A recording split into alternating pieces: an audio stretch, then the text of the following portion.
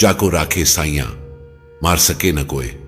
नमस्कार प्यारे साथियों, ज्ञान विचार कहानी चैनल में आपका स्वागत है। साथियों, आज हम आपको एक कहानी से रूबरू कराएंगे जिसमें भगवान की लीला और जीवन में धर्म और कर्तव्य का संदेश छिपा है। यह कहानी है एक राजा रानी और उनके दो पुत्रों की, जो परमात्मा की लीलाओं के चलते चारों एक दूसरे से बिछड़ जाते हैं, अंततः मरने की कगार पर आ जाते हैं। फिर भी उनका परिवार धर्म और कर्तव्य का साथ नहीं छोड़ता है। तो चलिए साथियों, बिना देरी किए आज की कहानी शुरू करते हैं। प्यारे साथियों, यह कथा प्राचीन समय की है। उस समय एक पवित्र राज्य हुआ करता था जिसका नाम था उदय नगरी। इस राज्य में एक राजा राज्य करते थे जिन्हें सभी लोग राजा उदय सिंह के नाम से जानते थे। वे बहुत ही महान दानी और धर्मनिष्ठ थे। उनके द्वार से कोई भी याचक खाली हाथ नहीं लौटता था। राजा उदय की रानी का नाम था रत्नावती। रानी रत्नावती न केवल अद्भुत रूपवती थी, बल्कि अत्यंत पतिव्रता और गुणों की खान थी। राजा उदय सिंह अपनी रानी से अत्यधिक प्रेम करते थे। राजा और रानी के दो पुत्र थे। बड़े पुत्र का नाम कुशल और छोटे का नाम नीरज था। दोनों पुत्र संस्कारवान और अपने माता पिता के प्रति आज्ञाकारी थे। एक दिन दो तपस्वी साधु उसी उदय नगरी में पहुंच गए जहां राजा उदय सिंह शासन करते थे। उदय नगरी में पहुंचकर दोनों साधु हरि कीर्तन करने लगे और नगरवासियों के घर घर जाकर भिक्षा देही की पुकार लगाने लगे। साधुओं को देखकर कुछ नगरवासी उनके पास आए और बोले, बाबा, आप यहां समुद्र किनारे खड़े होकर एक एक बूंद के लिए क्यों तरस रहे हैं? साधुओं ने पूछा, आपका क्या मतलब है? नगरवासी बोले, महात्मा जी, सच तो यही है। आप हमारे नगर में आए हैं और यहां भी एक एक मुट्ठी अनाज के लिए भटक रहे हैं। इससे अच्छा तो यह है कि आप हमारे राजा महाराज उदय सिंह के पास चले जाएं। वे इतने दानी हैं कि उनके दरबार से कोई याचक खाली हाथ नहीं लौटता। आपको वहां जो चाहिए वह अवश्य मिलेगा। इसलिए हमारी बात माने और अब भी महाराज उदय सिंह के पास चले जाएं। हमें यकीन है कि वहां आपकी सभी इच्छाएं पूर्ण हो जाएंगी। साधुओं ने कहा, अच्छा, यदि ऐसा है तो हमें मार्ग दिखाओ। अब हम आपके महाराज के दरबार में ही भिक्षा मांगेंगे। कुछ समय बाद दोनों महात्मा राजा उदय सिंह के महलों के सामने पहुंच गए। जैसे ही साधुओं ने राजा के द्वार पर आवाज लगाई, भिक्षा देही, वैसे ही राजा के सेवक बाहर आए और बोले, महाराज, आदेश करें, आपको भिक्षा में क्या चाहिए? मैं आपकी आज्ञा अनुसार वह सामग्री अभी महलों से ले आता हूं। सेवक की बात सुनकर साधु बोले, हम बहुत ही तपस्वी साधु हैं और बड़ी दूर से आपके राजा की ख्याति सुनकर यहां आए हैं। हमने सुना है कि आपके महाराज अपने द्वार से किसी भी याचक को खाली हाथ नहीं जाने देते। हम भी एक विशेष इच्छा लेकर आपके राजा के पास आए हैं। यदि राजा हमारी वह इच्छा पूरी कर दें तो हमारा यहां आना सफल हो जाएगा। इसीलिए आप जाकर अपने महाराज को सूचित करें कि द्वार पर दो तपस्वी साधु खड़े हैं और उनसे मिलना चाहते हैं। सेवक ने महात्माओं के ऐसे वचन सुने तो हाथ जोड़कर बोला, महात्मा जी, आप यहीं ठहरे, मैं अभी महाराज को सूचित करता हूं। यह कहकर सेवक महलों के भीतर चला गया। कुछ समय पश्चात सेवक राजा की आज्ञा लेकर लौटा और बोला, चलिए, महाराज ने आपको दरबार में बुलाया है। दोनों साधु सेवक के पीछे पीछे दरबार की ओर चल दिए। जैसे ही दोनों साधु राजा उदय सिंह के दरबार में पहुंचे और राजा की दृष्टि तपस्वी पर पड़ी, राजा तुरंत अपना सिंहासन छोड़कर उठ खड़ा हुआ। वह महात्माओं के पास आया और बारी बारी से उन्हें प्रणाम करते हुए बोला, महाराज, यह मेरे जीवन का परम सौभाग्य है कि आज मेरे द्वार पर दो सिद्ध महात्मा पधारे हैं। यह मेरे लिए ईश्वर की असीम कृपा है। कृपया पहले आप आसन ग्रहण करें। यह कहकर राजा उदय सिंह ने अपने सिंहासन पर दोनों महात्माओं को बिठा दिया। फिर उसने आरती का थाल मंगवाया, महात्माओं की आरती उतारी और उनके चरण पखारे। यह सब करने के बाद राजा ने आदर पूर्वक पूछा, महाराज, कृपया बताएं, आपके यहां आने का उद्देश्य क्या है? किस लिए आप मुझसे मिलने आए हैं? राजा की बात सुनकर साधु बोले, महाराज, आपकी उदारता और दानवीरता की चर्चा चारों दिशाओं में है। यह कहा जाता है कि राजा उदय सिंह के द्वार से कोई भी याचक खाली हाथ नहीं लौटता। हम भी एक इच्छा लेकर आपके पास आए हैं। राजा उदय सिंह ने कहा, हाँ महाराज, बताएं आपकी क्या इच्छा है। क्या आपको अन्न चाहिए, सोना चांदी चाहिए या हीरे जवाहरात? आप जो भी चाहते हैं मुझे बताएं, मैं आपकी वह इच्छा तुरंत पूरी करूंगा। आप बस आदेश करें।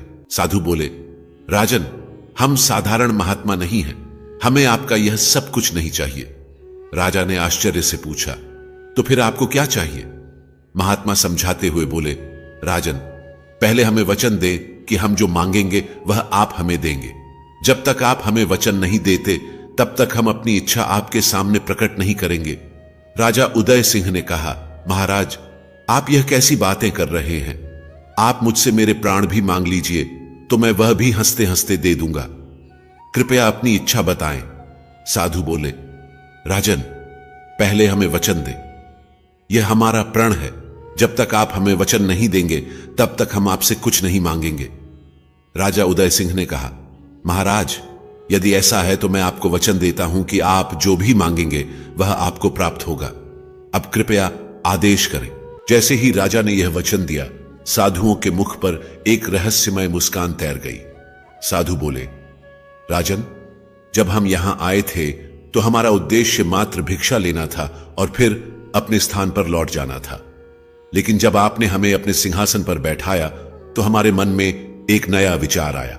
हमने जीवन भर तपस्या की है, अब क्यों ना राजा होने का सुख भोगा जाए। इसीलिए राजन, हमें अपना राजपाट और सिंहासन दान में दे दीजिए। यही हमारी इच्छा है। आप चाहे तो इसे पूरा करें या अपने वचनों से मुकर जाएं, हम खाली लौट जाएंगे।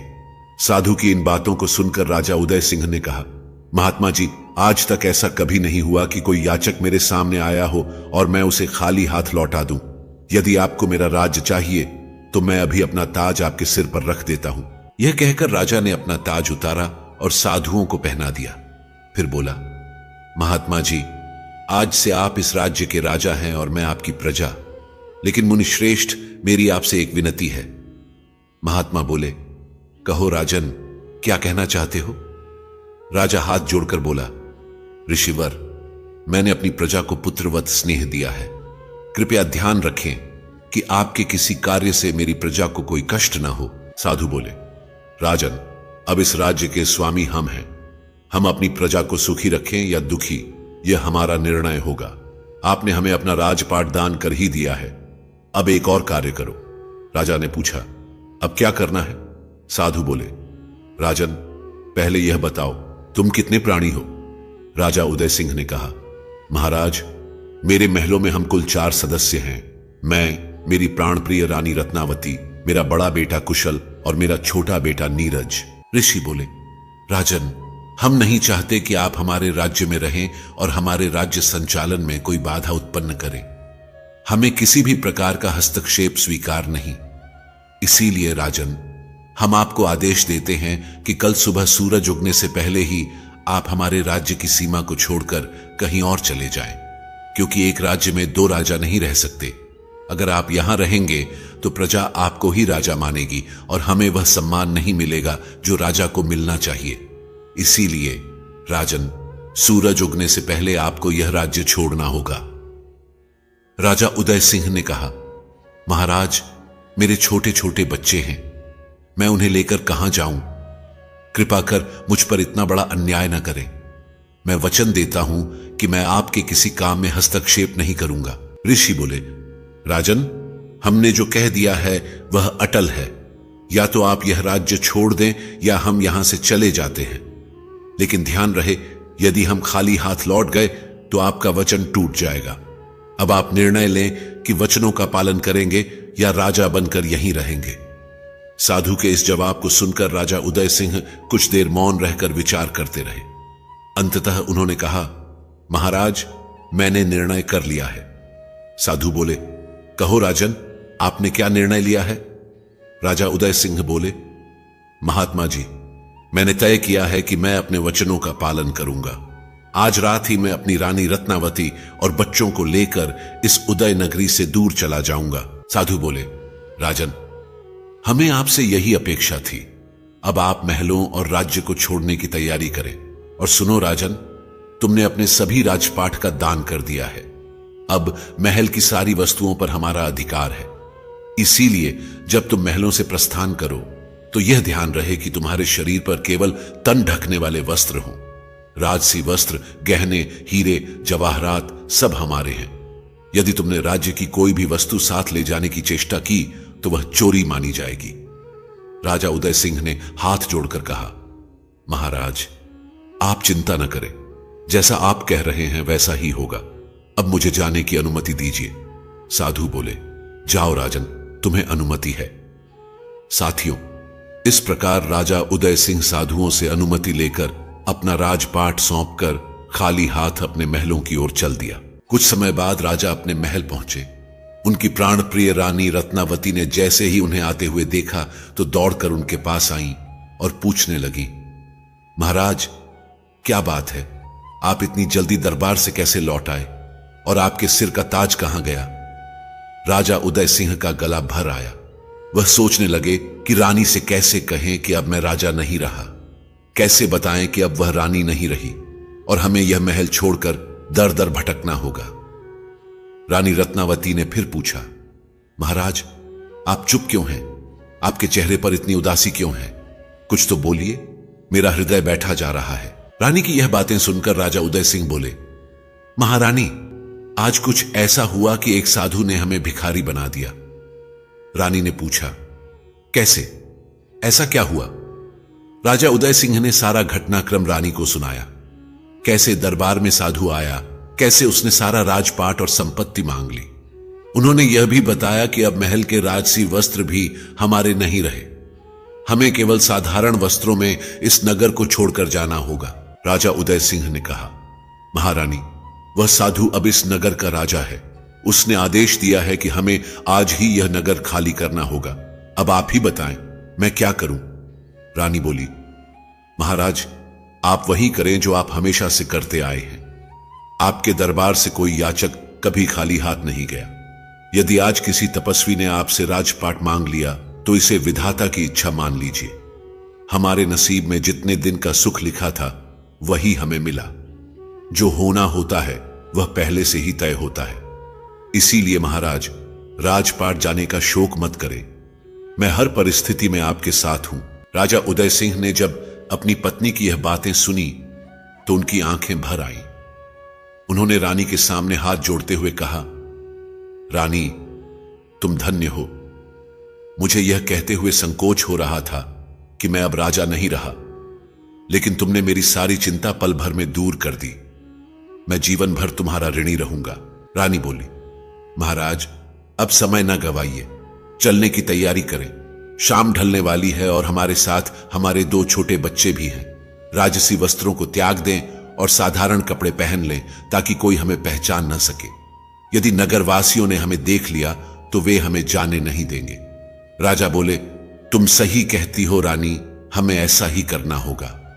साथियों, इस प्रकार राजा रानी ने अपने राजसी वस्त्रों को त्याग दिया और साधारण पुराने कपड़े पहन लिए।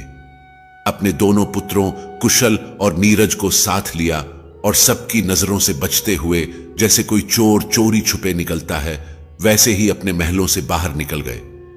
चलते चलते वे चारों एक घने और सुनसान जंगल में पहुंच गए। चारों ओर घना अंधकार था। रानी रत्नावती इस जंगल को देखकर घबरा गई।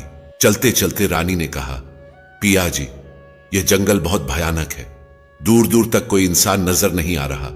हमारे छोटे छोटे बच्चे भी हमारे साथ हैं। मुझे उनकी चिंता हो रही है। राजा उदय सिंह बोले, रानी चिंता तो मुझे भी हो रही है कि कहीं कोई जंगली जानवर हम पर हमला न कर दे, लेकिन हम अभी भी अपने नगर की सीमा के भीतर है। यदि हमने रात को यहीं रुकने का निर्णय लिया और सुबह हो गई तो मेरा वचन टूट जाएगा। मैंने तपस्वी को वचन दिया है कि सूरज उगने से पहले मैं उदय नगरी से बाहर चला जाऊंगा। इसीलिए हमें निरंतर आगे बढ़ना होगा। रानी ने राजा की यह बात सुनी और कहा, ठीक है पिया जी, ईश्वर का नाम लेकर हम आगे बढ़ते हैं। अब केवल परमात्मा का ही सहारा है। वह जो करेंगे अच्छा ही करेंगे। इस प्रकार चारों प्राणी पूरी रात चलते रहे। सूरज उगने से ठीक पहले वे अपने नगर की सीमा को पार कर दूसरे राज्य की सीमा में प्रवेश कर गए। जब राजा उदय सिंह ने दूसरे राज्य की सीमा में कदम रखा तो उन्होंने राहत की सांस ली और रानी से कहा, प्रिय, अब चिंता की कोई बात नहीं है। हम अपने राज्य की सीमा से बाहर आ गए हैं। चलो अब इस नगर में कोई ठिकाना ढूंढते हैं। भक्तों, चलते चलते वे नगर के बाहर स्थित एक सराय पर पहुंचे। उस सराय की स्वामिनी एक भटियारिन थी। राजा ने उसके सामने हाथ जोड़कर कहा, मैया, हम विपत्ति में हैं। मेरे साथ मेरी पत्नी और 2 छोटे छोटे बच्चे हैं। यदि आपकी अनुमति हो तो हम कुछ समय आपकी सराय में ठहरना चाहते हैं। भटियारिन ने राजा और उनके परिवार की फटे पुराने कपड़ों में दशा देखी और बोली, मुसाफिर, यह सराय है, कोई यतीम खाना नहीं जहां कोई भी ऐसे ही आ जाए। यदि तुम्हें यहां रुकना है तो तुम्हें पैसे देने होंगे। यदि तुम्हारे पास पैसे नहीं है तो कहीं और ठिकाना ढूंढो। राजा उदय सिंह ने कहा, मैया, मेरे पास इस समय पैसे नहीं है, लेकिन एक उपाय है। भटियारिन ने पूछा, कौन सा उपाय? राजा उदय सिंह बोले, हम चारों आपके यहां काम करने के लिए तैयार हैं। हमें अपनी सराय में नौकरी पर रख लीजिए। जो भी काम होगा हम उसे कर देंगे। इसके बदले में आप हमें केवल 2 समय का भोजन और रहने का ठिकाना दे दीजिए। राजा उदय सिंह की बातों को सुनकर भटियारिन ने मन ही मन विचार किया, यह तो बड़ा अच्छा प्रस्ताव है। आजकल नौकर भी बड़े महंगे मिलते हैं और टिकते नहीं। यह तो मेरे लिए लाभकारी रहेगा कि मुझे बिना खर्च के 4-4 नौकर मिल रहे हैं।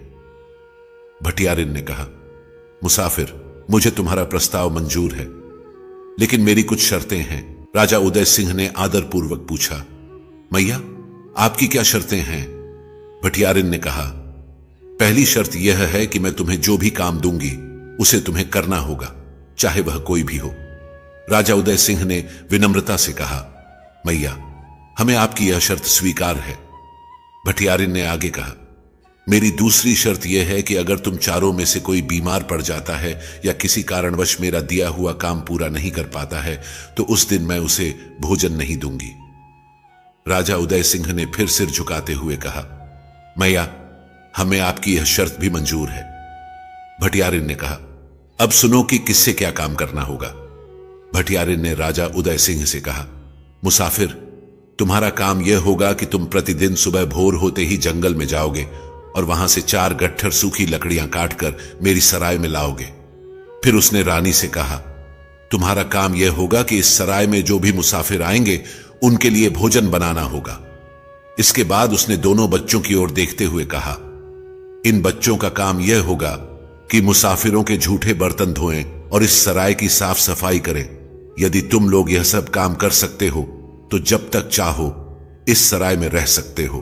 राजा और रानी ने एक स्वर में कहा, मैया, हमें आपकी सभी शर्तें स्वीकार हैं। इस प्रकार चारों प्राणी भटियारिन के यहां नौकर बनकर रहने लगे। साथियों, यह भी किस्मत का अजीब खेल था। जो राजा उदय सिंह नगरी का शासक था, वह अब जंगल में लकड़ियां काट रहा था। जो रानी रत्नावती कभी रसोई में कदम नहीं रखती थी, वह अब भटियारिन की सराय में चूल्हा फूंक रही थी। और वे राजकुमार कुशल और नीरज, जिनके खेलने और शिक्षा प्राप्त करने के दिन थे, वे नन्हे हाथों से झूठे बर्तन मांज रहे थे और भटियारिन की सराय में झाड़ू लगा रहे थे। भक्तों, इस प्रकार चारों प्राणी भटियारिन की सराय में काम करते हुए अपने दिन गुजारने लगे। आरंभ में जीवन कठिन लगा, लेकिन धीरे धीरे वे अपने काम में निपुण हो गए। उन्हें संतोष इस बात का था कि उनका राजपाट भले ही चला गया हो, लेकिन उन्होंने अपने वचन का पालन किया। इसी भावना के साथ वे भटियारिन की सेवा में लगे रहे। 6 महीने बीत गए। एक दिन राजा उदय सिंह जंगल में लकड़ियां काटने गए थे। उसी दौरान भटियारिन की सराय पर एक सौदागर आया। उसे देखकर भटियारिन दौड़कर उसके पास पहुंची और कहा, हुजूर, आज तो बड़े दिनों बाद आपके दर्शन हुए हैं। सौदागर ने मुस्कुराते हुए कहा, भटियारिन, क्या बताऊं, हमारा काम ही ऐसा है, कभी इस शहर में तो कभी उस शहर में। छोड़ो यह सब, मुझे बहुत भूख लगी है, जल्दी से खाना लगवा दो। मुझे आज अपने जहाज के साथ दूसरे देश जाना है। भटियारिन बोली, हुजूर, आप जो चाहे आदेश करें, मैं अपनी नौकरानी को कह दूंगी कि आपके लिए वही भोजन बनाए। इसी बीच रानी रत्नावती सराय की रसोई में खाना बना रही थी। जब भोजन तैयार हुआ तो रानी रत्नावती ने भोजन का थाल सजाया और सौदागर के पास लेकर गई। जैसे ही सौदागर ने रानी रत्नावती को देखा, वह मंत्रमुग्ध हो गया। उसने अपनी आंखों से इतनी सुंदर स्त्री पहले कभी नहीं देखी थी। रानी रत्नावती भोजन का थाल सौदागर के सामने रखकर अंदर चली गई। सौदागर ने भटियारिन से कहा, भटियारिन, यह कौन है? इतनी अद्भुत सुंदरता मैंने पहले कभी नहीं देखी। इसने तो एक झलक में मेरा दिल चुरा लिया। भटियारिन ने चतुराई से कहा, हुजूर, यह मेरी दासी की दासी है। अगर आप इसे पाना चाहते हैं तो आपको कीमत चुकानी होगी।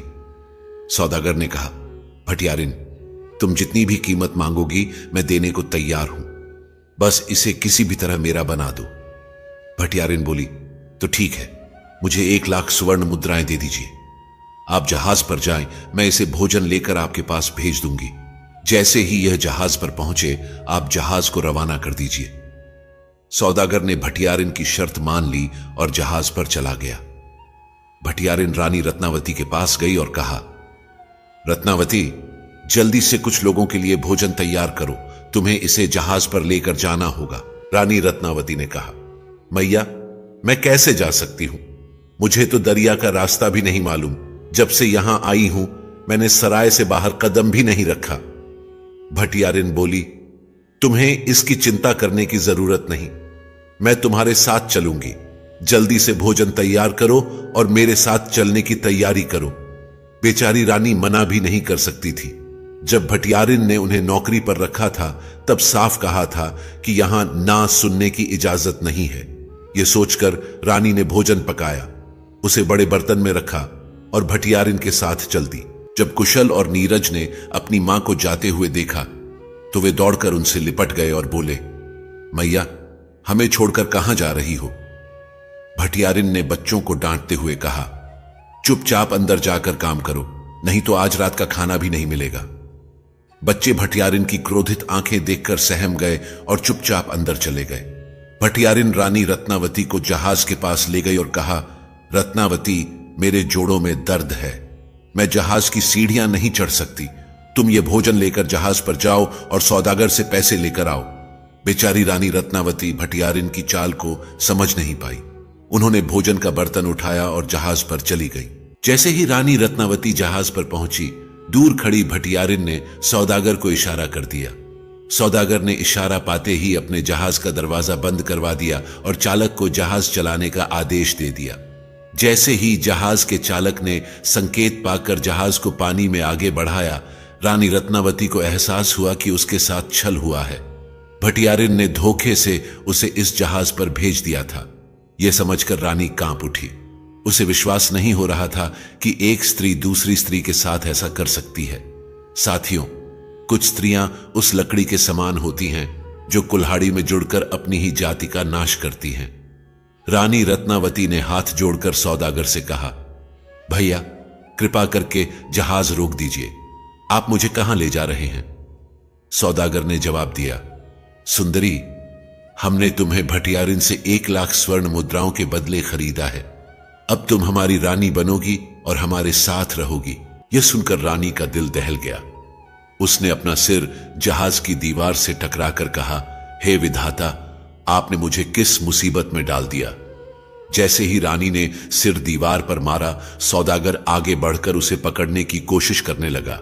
रानी ने तुरंत कहा, सौदागर, वहीं रुक जाओ। मैं कोई साधारण स्त्री नहीं हूं, मैं उस राजा की पत्नी हूं जिसने अपने वचन की खातिर अपना पूरा राजपाट त्याग दिया। मैं एक पतिव्रता स्त्री हूं और कहा जाता है कि पतिव्रता स्त्री का सतीत्व अपने पति की रक्षा करता है, चाहे वह दूर ही क्यों ना हो। यदि तुमने मुझे बिना मेरी मर्जी के छुआ तो तुम उसी क्षण जलकर भस्म हो जाओगे। सौदागर ने हंसते हुए कहा, सुंदरी, मुझे अपनी बातों से मत बहलाओ। मैंने बहुत अनुभव प्राप्त किया है और तुम्हारी बातों से डरने वाला नहीं हूं। भक्तों, जैसे ही सौदागर ने रानी को छूने के लिए हाथ बढ़ाया, उसे ऐसा लगा जैसे उसका शरीर भयंकर गर्मी से तपने लगा हो। घबराकर उसने तुरंत अपना हाथ पीछे खींच लिया। सौदागर बोला, ठीक है सुंदरी, मैं तुम्हें हाथ नहीं लगाऊंगा, लेकिन मेरी एक शर्त है। रानी ने कहा, बताइए, आपकी शर्त क्या है? सौदागर ने कहा, मैं 12 साल तक तुम्हें बिल्कुल नहीं छूंगा और तुम्हें अपनी बहन के रूप में मान दूंगा, लेकिन 12 साल पूरे होने के बाद जब 13वां साल शुरू होगा तब तुम मेरी पत्नी बनोगी। रानी ने कहा, ठीक है, मुझे आपकी शर्त मंजूर है। आज से आप मेरे धर्म के भाई और मैं आपकी बहन। साथियों, इस प्रकार रानी रत्नावती ने अपनी बुद्धिमत्ता और सतीत्व के बल पर अपनी रक्षा की। सौदागर ने रानी के लिए जहाज पर एक अलग कमरा तैयार करवाया और आदेश दिया कि कोई भी उस कमरे के पास नहीं जाएगा। दूसरी ओर भटियारिन सराय में लौट आई। कुशल और नीरज अपनी मां के बारे में पूछने लगे। उन्होंने कहा, काकी, हमारी मां कहां है? आप उन्हें अपने साथ ले गई थी, लेकिन अब तक वापस क्यों नहीं आई? भटियारिन ने गुस्से में कहा, मुझे नहीं पता तुम्हारी मां कहां गई। अगर ज्यादा सवाल किए तो बहुत मारूंगी। कुशल ने कहा, काकी, आप झूठ बोल रही हैं। हमारी मां आपके साथ गई थी। यह सुनकर भटियारिन भड़क गई और बोली, अच्छा, मैं झूठ बोल रही हूं? रुको, अभी तुम्हें सबक सिखाती हूं। यह कहकर उसने कुशल और नीरज को खूब मारा और उन्हें सराय से बाहर निकाल दिया।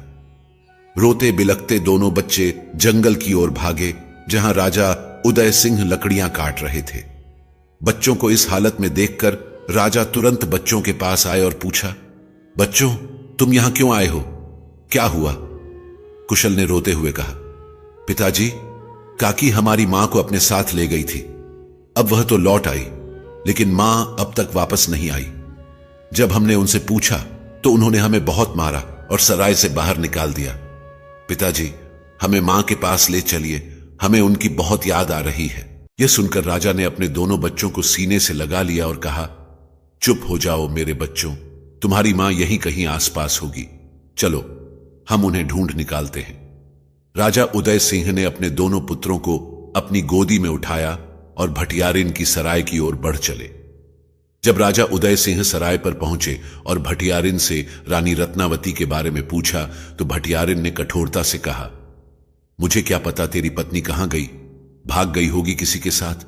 क्या मैं तेरी औरत की रखवाली के लिए बैठी हूं?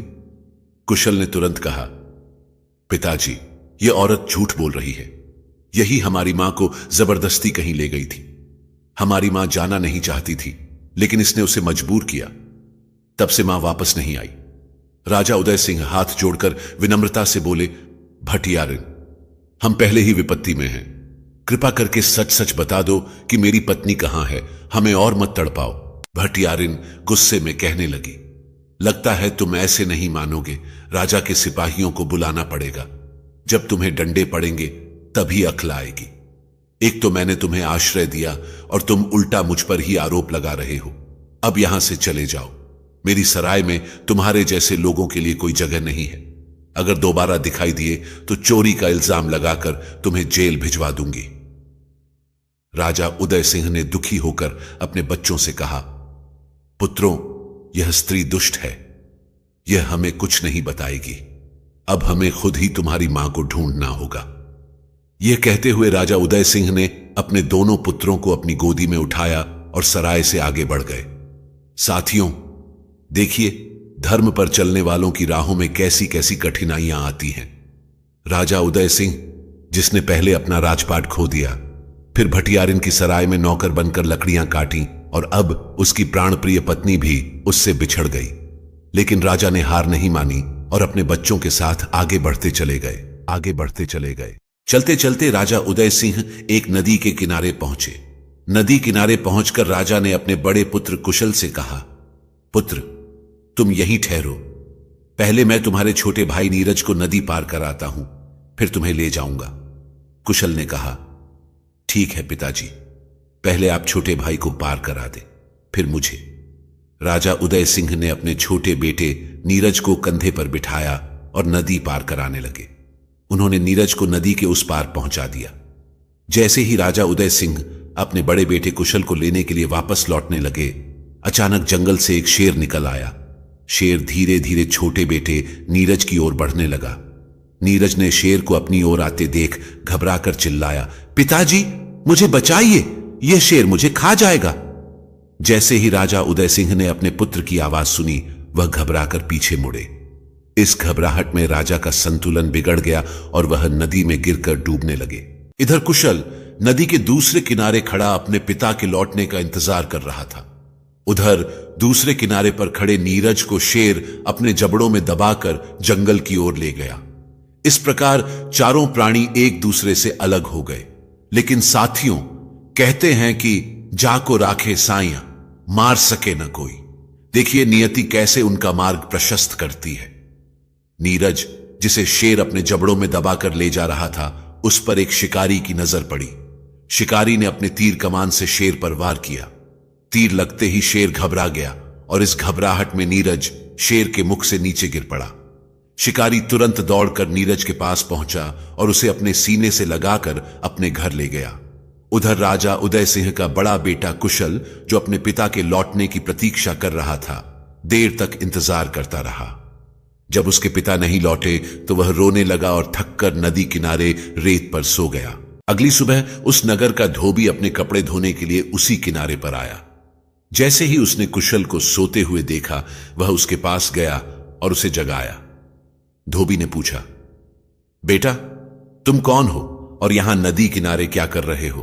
कुशल ने अपनी पूरी कहानी सुनाई और कहा, बाबा, मैं तो एक राजकुमार हूं, लेकिन अब मैं अनाथ हूं। इस दुनिया में अब मेरा कोई नहीं है। धोबी ने कहा, बेटा, ऐसा नहीं कहते। जिसका कोई नहीं होता उसका ईश्वर होता है।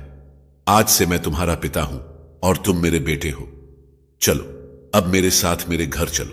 इस प्रकार धोबी कुशल को अपने घर ले गया और अपने बच्चे की तरह उसका पालन पोषण करने लगा। उधर राजा उदय सिंह, जो नदी में डूब गए थे, उन्हें नदी की लहरें बहाकर एक ऐसे नगर में ले गईं जहां के राजा का देहांत हो चुका था।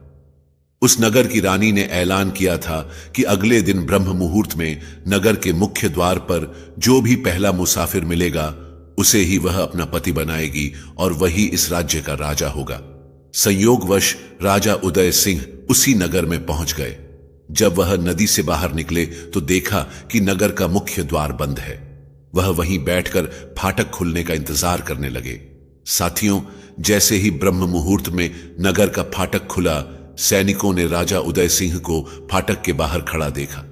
उन्होंने राजा उदय सिंह को पकड़ लिया। राजा उदय सिंह ने कहा, सैनिकों, मैं निर्दोष हूं, मैंने कोई अपराध नहीं किया। आप मुझे कहां ले जा रहे हैं? सैनिकों ने कहा, कुछ देर शांत रहिए, आपको जल्द ही सब समझ आ जाएगा। थोड़ी देर बाद सैनिक राजा उदय सिंह को रानी के पास ले गए। रानी ने राजा उदय सिंह को प्रणाम किया, उन्हें हीरे जवाहरात से जड़ी माला पहनाई और कहा, महाराज, हमारी नगरी में आपका स्वागत है। आज से आप इस राज्य के राजा हैं और मैं आपकी रानी। अब इस राजकाज को संभालिए। राजा उदय सिंह ने रानी की बात सुनी तो कुछ देर तक उन्हें विश्वास नहीं हुआ कि यह सब सच है। उन्हें लगा कि यह कोई सपना है। लेकिन जब उन्हें राजसी वस्त्र पहनाए गए और उनके सिर पर ताज रखा गया तो उन्हें यकीन हुआ कि यह सपना नहीं बल्कि वास्तविकता है। राजा उदय सिंह ने मन ही मन सोचा, हे प्रभु, यह आपकी कैसी लीला है। जब मैं राजा था तब आपने मुझे फकीर बना दिया और जब मैं फकीर बना घूम रहा था तो एक पल में फिर से राजा बना दिया। हे ईश्वर, आप मेरे साथ यह कैसा खेल खेल रहे हैं। फिर उन्होंने सोचा, अगर यह प्रभु की इच्छा है तो इसे सहर्ष स्वीकार करना चाहिए। इस प्रकार राजा उदय सिंह उस नगर के राजा बन गए और राजकाज का संचालन करने लगे। राजा उदय सिंह के गद्दी संभालते ही पूरे राज्य में खुशहाली फैल गई। पहले जिस राज्य में घूसखोरी और रिश्वतखोरी थी, वहां अब न्याय और धर्म का राज्य स्थापित हो गया। राजा उदय सिंह ने अपनी नीतियां इतनी प्रभावी और न्यायप्रिय बनाई कि राज्य में सभी प्रकार की बुराइयां समाप्त हो गई। लोग एकता और प्रेम के साथ रहने लगे और चारों ओर खुशहाली फैल गई। लूटपाट जैसी समस्याएं पूरी तरह खत्म हो गईं। इस प्रकार राजा उदय सिंह ने 11 वर्षों तक उस राज्य पर सफलतापूर्वक राज किया। इन 11 वर्षों में बहुत कुछ बदल चुका था। राजा के दोनों पुत्र कुशल और नीरज, जिनमें से एक को शिकारी अपने घर ले गया था और दूसरे को धोबी ने अपनाया था, अपनी नई राह पर बढ़ चुके थे। अब जवान हो चुके थे। संयोग से वे दोनों उसी नगर में पले बड़े थे जहां राजा उदय सिंह अब राजा बनकर राज्य का संचालन कर रहे थे। जब दोनों पुत्र युवा हुए, उसी समय राजा उदय सिंह ने घोषणा की कि सेना के विस्तार के लिए नौजवानों की आवश्यकता है। इसके लिए राजा ने एक प्रतियोगिता का आयोजन करवाया और कहा कि जो भी इस प्रतियोगिता को जीतेगा उसे सेना में शामिल होने का मौका मिलेगा। यह खबर जब कुशल और नीरज के कानों तक पहुंची तो उन्होंने अपने पालक माता पिता से अनुमति लेकर प्रतियोगिता में भाग लिया। उन्होंने अपनी प्रतिभा से प्रतियोगिता को सहजता से जीत लिया और इस तरह राजा उदय सिंह की सेना में सैनिक बनकर शामिल हो गए।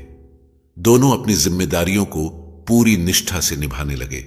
लेकिन भक्तों, नियति की यह लीला देखिए। ना तो कुशल और नीरज को यह पता था कि वे दोनों सगे भाई हैं और ना ही उन्हें यह ज्ञात था कि राजा उदय सिंह ही उनके असली पिता हैं। दोनों को यही लगता था कि उनके असली माता पिता का देहांत हो चुका है। उधर समय अपनी गति से बीत रहा था और वह दिन करीब आ गया जिसका सौदागर बेसब्री से इंतजार कर रहा था। रानी रत्नावती का हाल यह सोच सोचकर खराब हो रहा था कि 12 साल पूरे होने को है और शर्त के अनुसार सौदागर उन्हें अपनी रानी बना लेगा। रानी दुखी होकर हर समय ईश्वर का भजन करती रहती थी और प्रार्थना करती थी, हे प्रभु, कोई ऐसा चमत्कार कर दो कि मेरे पति मुझे वापस मिल जाए। प्यारे साथियों, ईश्वर की लीला अद्भुत होती है। जो सौदागर रानी रत्नावती को धोखे से अपने जहाज पर बिठाकर ले गया था, वही सौदागर माल से भरा जहाज लेकर उसी नगर के किनारे पर पहुंचा जहां राजा उदय सिंह का शासन था। सौदागर ने राजा उदय सिंह के दरबार में जाकर निवेदन किया, महाराज, मैं एक पुश्तैनी सौदागर हूं और अलग अलग देशों में व्यापार करता हूं। इस समय मेरा जहाज आपके नगर के किनारे खड़ा है। कृपया मेरे जहाज की सुरक्षा के लिए कुछ सैनिक प्रदान करें। आपकी कृपा से मैं निश्चिंत होकर व्यापार कर सकूं। राजा उदय सिंह ने सौदागर से कहा, आपका हमारे नगर में स्वागत है। आप निश्चिंत रहें, आपके जहाज की सुरक्षा का जिम्मा हमारा है। जब तक आप इस नगर में व्यापार करें, आपका कोई भी सामान चोरी नहीं होगा। राजा ने तुरंत अपने दीवान को बुलाकर कहा, हमारे नगर के किनारे खड़े सौदागर के जहाज की सुरक्षा के लिए हमारी सेना के योग्य सैनिकों को नियुक्त करें। ध्यान रखें, जहाज का कोई सामान चोरी ना हो। दीवान ने राजा के आदेश का पालन किया और कुशल और नीरज से कहा, सुनो जवानों, आज रात तुम्हें सौदागर के जहाज की रखवाली करनी है। ध्यान रहे, जहाज से कोई भी सामान चोरी नहीं होना चाहिए। कुशल और नीरज ने आत्मविश्वास से कहा, दीवान साहब, आप निश्चिंत रहें। चोरी तो दूर, हमारे रहते उस जहाज पर कोई परिंदा भी अपने पर नहीं मार सकता। यह सुनकर दोनों नौजवानों ने अपने अस्त्र शस्त्र संभाले और जहाज की रखवाली के लिए निकल पड़े। साथियों, यह भादों की घनी अंधेरी रात थी। चारों ओर घना अंधकार छाया हुआ था। उधर रानी रत्नावती जहाज के कमरे में बंद अपने बिस्तर पर लेटी हुई ईश्वर से प्रार्थना कर रही थी। वह मन ही मन कह रही थी, हे प्रभु, 12 वर्षों तक मैंने किसी तरह अपनी इज्जत बचाई है, लेकिन अब आज से 3 दिन बाद यह सौदागर मुझे अपनी रानी बना लेगा। हे ईश्वर, अब मेरी लाज आपके ही हाथ में है। आप ही मेरी रक्षा कर सकते हैं। कृपा कर कोई चमत्कार कीजिए कि मेरे पति मुझे वापस मिल जाएं। अगर मेरे पति मुझे वापस नहीं मिले तो मैं अपने प्राण त्याग दूंगी, लेकिन इस सौदागर की रानी कभी नहीं बनूंगी। इस प्रकार रानी रत्नावती अपनी इज्जत और सम्मान की रक्षा के लिए ईश्वर से प्रार्थना कर रही थी। वहीं दूसरी ओर वे दोनों सैनिक जहाज पर पहुंचकर बड़ी मुस्तैदी से उसकी रखवाली करने लगे। आधी रात का समय हो गया था। पहला सैनिक दूसरे सैनिक से बोला, भाई, रात बहुत लंबी हो रही है और जैसे जैसे रात बीत रही है वैसे वैसे आलस बढ़ता जा रहा है। कोई ऐसी बात करो, कोई ऐसी कहानी सुनाओ जिससे यह रात कट जाए। दूसरे सैनिक ने जवाब दिया, हां भाई, यह तो सही है। अगर हमें आलस ने घेर लिया और इस दौरान कोई अनहोनी हो गई तो हमारे सिर पर कलंक लग जाएगा। पहला सैनिक बोला, यही तो मैं कह रहा हूं, इसलिए कोई अच्छी कहानी सुनाओ ताकि नींद ना आए। दूसरा सैनिक बोला, अच्छा बताओ, मैं तुम्हें कैसी कहानी सुनाऊं? अपनी बीती कहानी सुनाऊं या जग बीती सुनाऊं? तुम्हें कैसी कहानी पसंद है? पहला सैनिक बोला, भाई, जग बीती कहानियां तो सभी सुनाते हैं, आज मुझे अपनी बीती कहानी सुनाओ। मैं भी तो सुनूं कि तुम्हारी अपनी बीती कहानी कैसी है। प्यारे साथियों, इधर दोनों सैनिकों में यह वार्तालाप हो रहा था और उधर रानी रत्नावती अपने कमरे में बैठी उनकी बातों को ध्यान से सुन रही थी। वह सोच रही थी कि यह सैनिक कौन है और क्या बातचीत कर रहे हैं। कहीं ऐसा तो नहीं कि यह जहाज से कुछ चोरी करने की योजना बना रहे हैं। इसीलिए रानी कान लगाकर उनकी बातों को सुनने लगी। तभी दूसरा सैनिक पहले से बोला, सुनो भाई, अब मैं तुम्हें अपनी बीती कहानी सुनाता हूं। मित्र, यहां से कई मील दूर एक उदय नगरी है। उस पर महाराज उदय सिंह का शासन था। उनकी एक रानी थी जिन्हें सभी महारानी रत्नावती के नाम से जानते थे। राजा और रानी के 2 पुत्र थे। बड़े पुत्र का नाम कुशल था और छोटे पुत्र का नाम नीरज। चारों अपने महलों में बड़े सुखपूर्वक जीवन बिता रहे थे। एक दिन 2 साधु महाराज उदय सिंह के दरबार में आए। उन्होंने राजा उदय सिंह से उनका राज्यपाठ मांग लिया और उन्हें कंगाल बना दिया। साधुओं ने राजा को आदेश दिया कि वह अपनी पत्नी और बच्चों के साथ उनके राज्य से बाहर चले जाएं।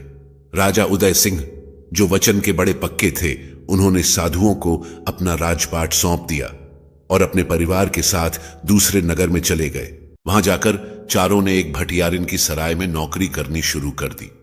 मित्र, जब कुछ दिन राजा उदय सिंह और उनके परिवार को भटियारिन के यहां नौकरी करते हुए गुजर गए तो एक दिन भटियारिन रानी रत्नावती को अपने साथ लेकर चली गई। लेकिन भटियारिन रानी रत्नावती के साथ क्या करती है, इसके बारे में कोई नहीं जानता सिवाय भटियारिन के, जिसने उन्हें अपने साथ ले लिया था। जब काफी समय बीत जाने पर भी बच्चों की मां वापस नहीं आई तो रोते बिलखते बच्चे अपने पिता राजा उदय सिंह के पास पहुंचते हैं और सारी बात बताते हैं। बच्चों की करुण पुकार सुनकर राजा उदय सिंह अपने दोनों बच्चों को लेकर भटियारिन के पास जाते हैं और अपनी पत्नी का पता पूछते हैं। लेकिन भटियारिन राजा उदय सिंह को अपमानित करती है और उन्हें डरा धमकाकर सराय से बाहर भगा देती है। बेचारा किस्मत का मारा राजा अपने दोनों बच्चों को लेकर एक दरिया के किनारे पहुंचता है। वहां वह अपने बड़े बेटे से कहता है, पुत्र, तुम यहीं ठहरो, पहले मैं तुम्हारे छोटे भाई को नदी पार करवा देता हूं। बड़ा बेटा वहीं बैठकर अपने पिता का इंतजार करने लगता है, लेकिन इंतजार करते करते उसे शाम से सुबह हो जाती है। ना तो उसका पिता वापस आता है और ना ही उनकी कोई खबर मिलती है। वह बेचारा अपने पिता का इंतजार करते करते वहीं नदी किनारे रेत पर सो जाता है। उसकी नींद तब खुलती है जब एक दयालु धोबी वहां आकर उसे जगाता है। वह धोबी बड़ा ही रहमदिल इंसान था। उसने उस बच्चे को अपने घर ले जाकर पाला पोसा और बड़ा किया।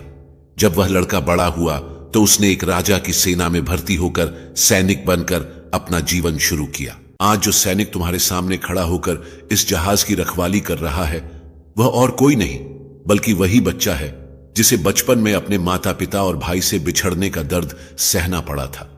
अब वह एक अनाथ की तरह एक सैनिक बनकर जीवन व्यतीत कर रहा है।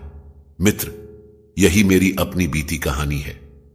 साथियों, जैसे ही नीरज दूसरे सैनिक के मुख से यह बातें सुनता है तो वह तुरंत पहचान जाता है कि सैनिक के भेष में जो नौजवान खड़ा है वह कोई और नहीं बल्कि उसका अपना बड़ा भाई कुशल है। उधर जहाज के कमरे में बैठी रानी रत्नावती भी सैनिक की बातें सुनती हैं। जैसे ही वह यह कहानी सुनती है वह तुरंत पहचान जाती है कि यह तो उनका बड़ा बेटा कुशल ही है। तभी पहला सैनिक, जो नीरज था, दूसरे सैनिक से कहता है, भाई, तुम्हारी कहानी सुनकर मुझे भी अपनी कहानी याद आ गई। मैं भी तुम्हें अपनी बीती कहानी सुनाना चाहता हूं। मेरी कहानी भी वैसी ही है जैसी तुम्हारी कहानी है। तुम्हारी कहानी में एक धोबी उस बच्चे को अपने घर ले जाता है, लेकिन मेरी कहानी में एक शिकारी है। दूसरा सैनिक बोला, क्या मतलब? तुम कहना क्या चाहते हो? पहला सैनिक बोला, भाई, पहले मेरी पूरी कहानी सुन लो, तब तुम्हें सब बातें समझ आ जाएंगी।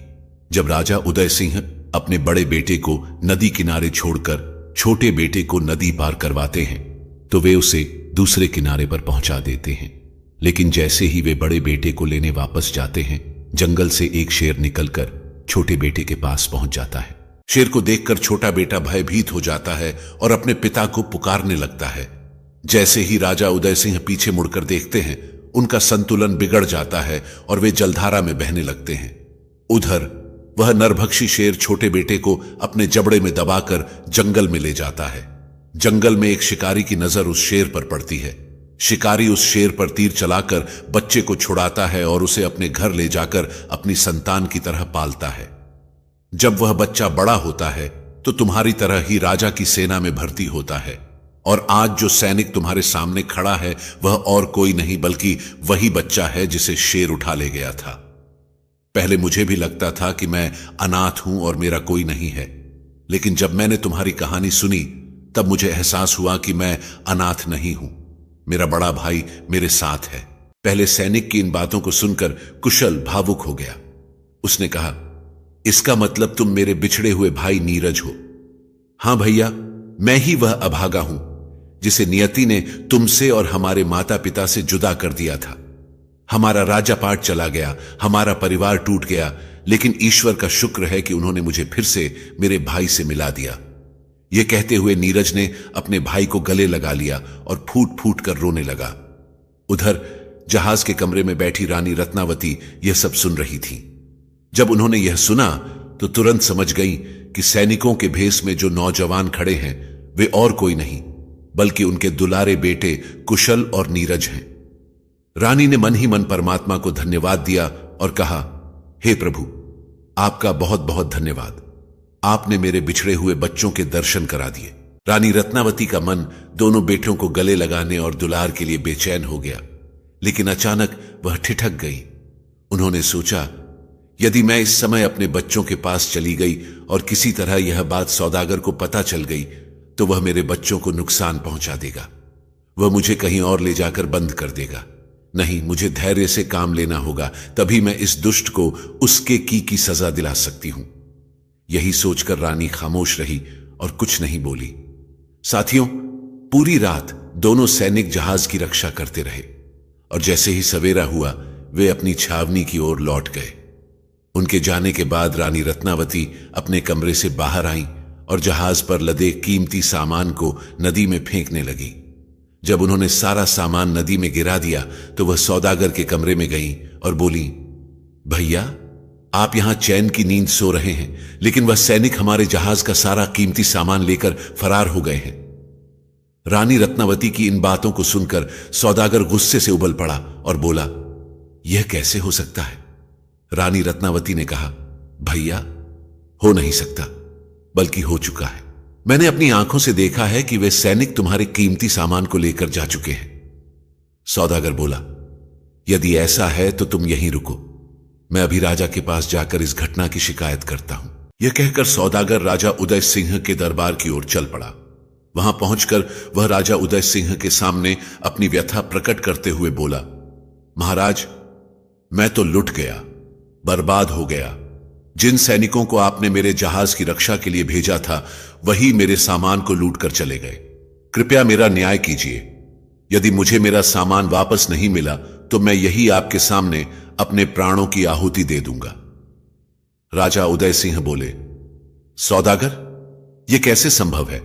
हमारे सैनिक कभी ऐसा काम नहीं कर सकते, लेकिन अगर तुम यह कह रहे हो तो हम तुम्हारी बात का मान रखते हैं।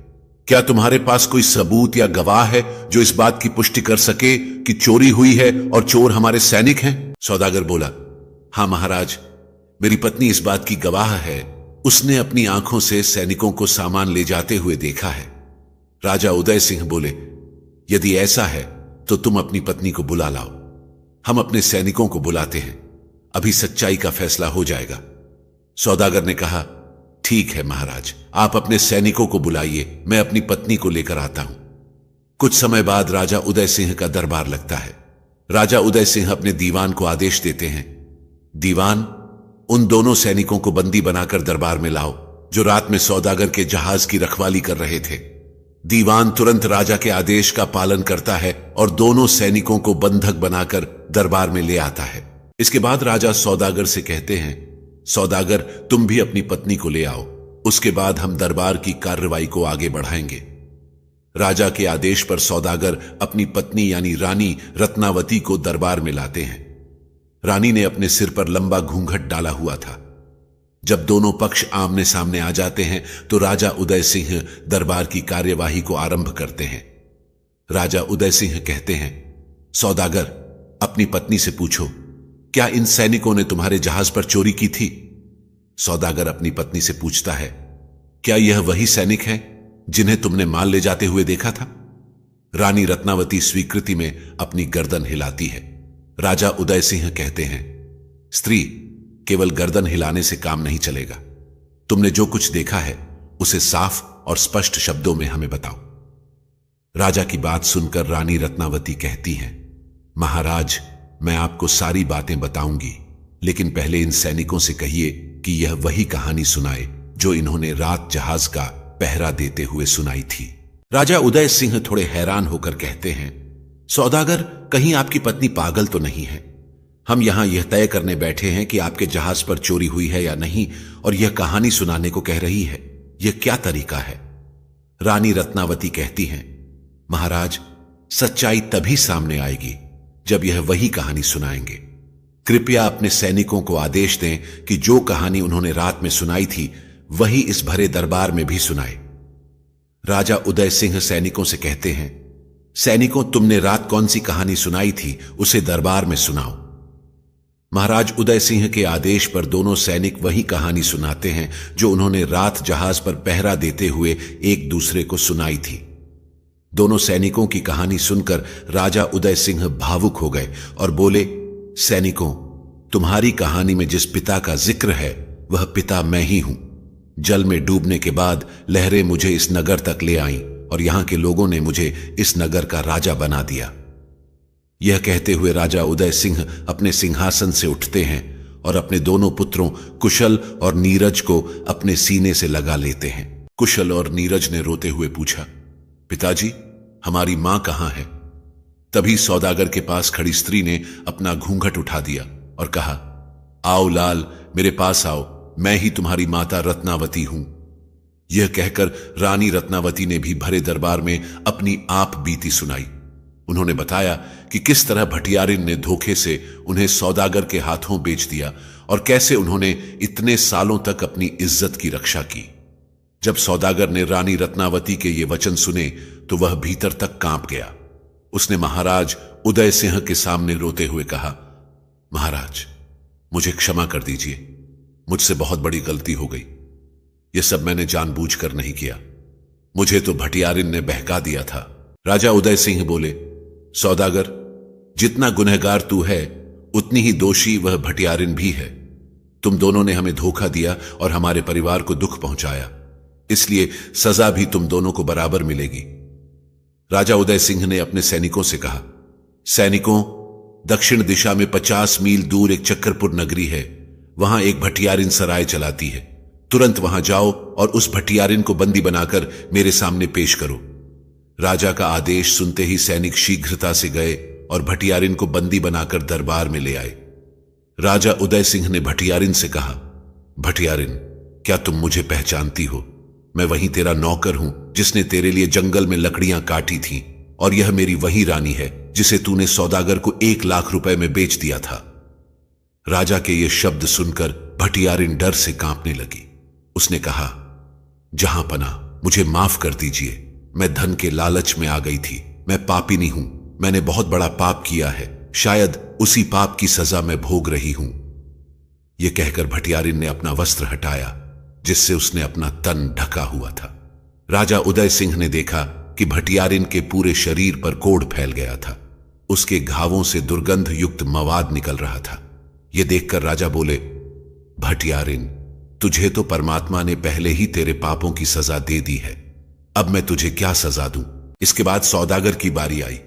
राजा उदय सिंह ने अपनी रानी से पूछा, रानी, बताओ इस सौदागर को क्या सजा दी जाए जिसने तुम्हें और तुम्हारे बच्चों को 12 साल तक अलग रखा?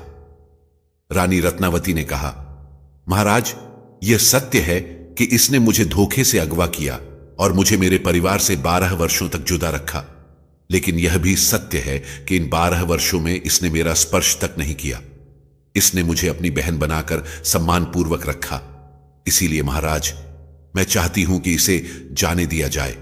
जिस प्रकार परमात्मा ने भटियारिन को उसके कर्मों की सजा दी है, उसी प्रकार यह भी अपने कर्मों का फल भोगेगा। राजा उदय सिंह बोले, ठीक है रानी, यदि तुम ऐसा चाहती हो तो हम इसे जाने देते हैं। सौदागर ने राजा और रानी से क्षमा मांगी और वहां से चलने लगा। जैसे ही सौदागर जाने लगा, रानी रत्नावती ने पीछे से आवाज लगाई, ठहरो सौदागर, क्या तुम्हें तुम्हारा सामान नहीं चाहिए जो तुम्हारे जहाज से चोरी हुआ है? तुम्हारे जहाज से कोई सामान चोरी नहीं हुआ है। तुम्हारा सारा सामान दरिया में है, जाते जाते दरिया से अपना सामान ले लेना।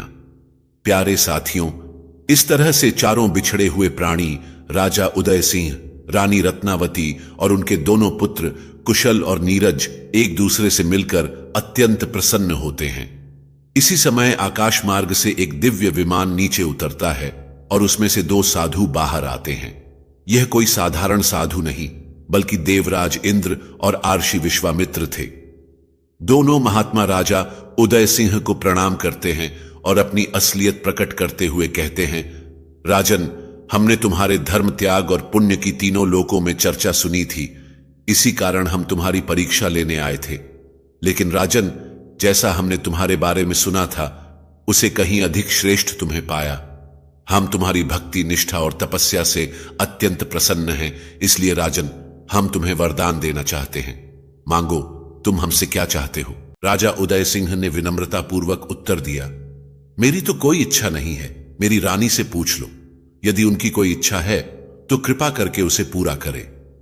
रानी रत्नावती ने हाथ जोड़कर कहा, यदि आप मुझे वरदान देना चाहते हैं तो मुझे यह वरदान दें कि जब जब मैं पृथ्वी लोक पर जन्म लूं, तब तब मैं इन्हीं की पत्नी बनूं, और जो मेरे पुत्र हैं वे हर जन्म में मेरी ही संतानें रहें।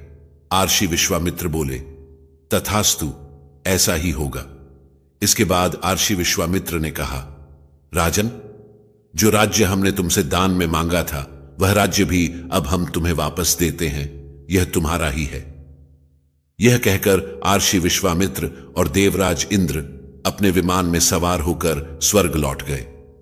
देवताओं के जाने के बाद राजा उदय सिंह ने एक राज्य अपने छोटे पुत्र नीरज को सौंप दिया और दूसरे राज्य का राजा अपने बड़े पुत्र कुशल को बना दिया। इसके पश्चात राजा उदय सिंह और रानी रत्नावती सांसारिक जीवन को त्याग कर तपस्या के लिए जंगल चले गए। तो साथियों, यह थी राजा उदय सिंह, रानी रत्नावती और उनके पुत्रों कुशल और नीरज की कथा। इस कथा में परमात्मा की अद्भुत लीला और धर्म पर चलने वालों की विजय का संदेश छिपा है। प्यारे साथियों, यह कहानी हमें सिखाती है कि चाहे कितनी भी कठिनाइयां आएं, अगर हम धैर्य और भगवान पर अटूट विश्वास बनाए रखें तो वे हमारी परीक्षा लेते हैं, लेकिन अंततः हमें हमारे विश्वास का फल जरूर देते हैं। राजा की तरह हमें भी अपने विश्वास और कर्म को बनाए रखना चाहिए, क्योंकि भगवान हमें कभी अकेला नहीं छोड़ते। प्यारे साथियों, धर्म पर चलने वाले लोग सदैव सत्य, न्याय और करुणा का पालन करते हैं। उनकी राह कठिनाइयों से भरी होती है, परंतु उनके दृढ़ विश्वास और पवित्र कर्तव्यों के कारण अंततः विजय उन्हीं की होती है। महाभारत में पांडवों की विजय और रामायण में भगवान राम का रावण पर विजय इसी सत्य को प्रमाणित करती है। धर्म पर चलने वाले लोग अधर्म के सामने झुकते नहीं, चाहे परिस्थितियां कैसी भी हों। वे जानते हैं कि सत्य और धर्म की राह पर चलने से ही आत्मा का कल्याण होता है। उनकी जीत केवल बाहरी विजय नहीं, बल्कि आंतरिक शांति और मोक्ष का भी प्रतीक है।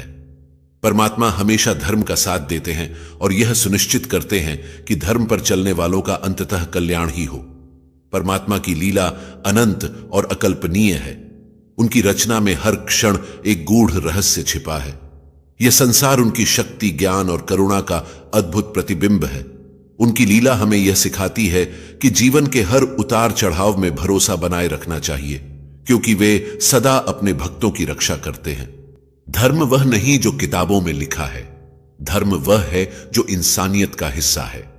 धर्म से सच्चाई का मार्ग दिखता है, कर्तव्य से जीवन का उद्देश्य मिलता है। जो धर्म और कर्तव्य का मेल निभाता है वही सच्चा इंसान कहलाता है।